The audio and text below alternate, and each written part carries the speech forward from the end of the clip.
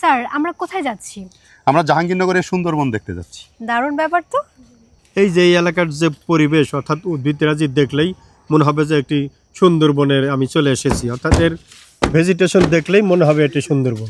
আমরা আসলে এইখানে নেমেছি, বিশেষ করে এই জায়গাটা এত দৃষ্টিনন্দন, বিশেষ করে শাল বাগান থেকে শুরু করে এখানে অনেক উদ্ভিদরাজি আছে, তৃণ লতা গুল্ম সব বৃক্ষসহ সব কিছু আছে।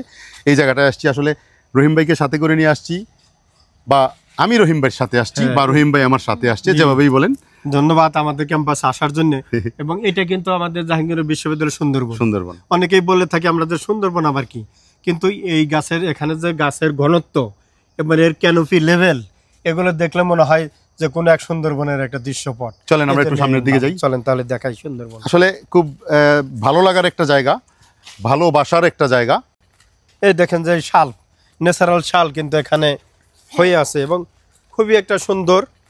তার সাথে আমাদের জাহাঙ্গীরনগরের যে লোকাল ভেজিটেশন যেটা সেটাও আছে, দেখতে পাচ্ছেন ওই যে কেউমল, সেটা আছে। হ্যাঁ, এখানে কোনো ধরনের আগাছা কাটা হয় না, যে যেভাবে বাড়ে সেভাবে। দারুণ। এখানে যে এই দেখছেন পাতা ঝরা, পত্র ঝরা, পর্ণমোচী উদ্ভিদ এবং এখানকার মাটিও সেই রকম হয়ে ওঠে। এই যে একটি লেক আপনি দেখছেন, এটি ঠিক দেখতে সুন্দরবনের মতো।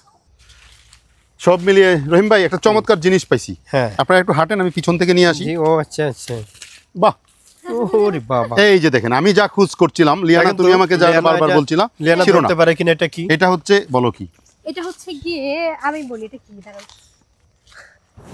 আচ্ছা, ও বলতে না পারারই কথা।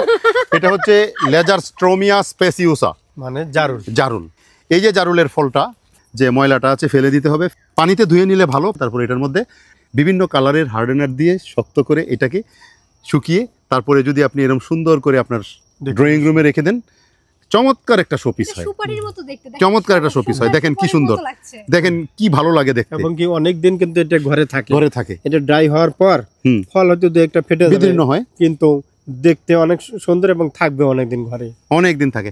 একটা রিকোয়েস্ট করি, যদি এরকম জারুলের ফল পান, এটা দিয়ে একবার ট্রাই করতে পারেন, আপনার ঘরের জন্য শোপিস বানাতে পারেন, খুব ভালো লাগবে।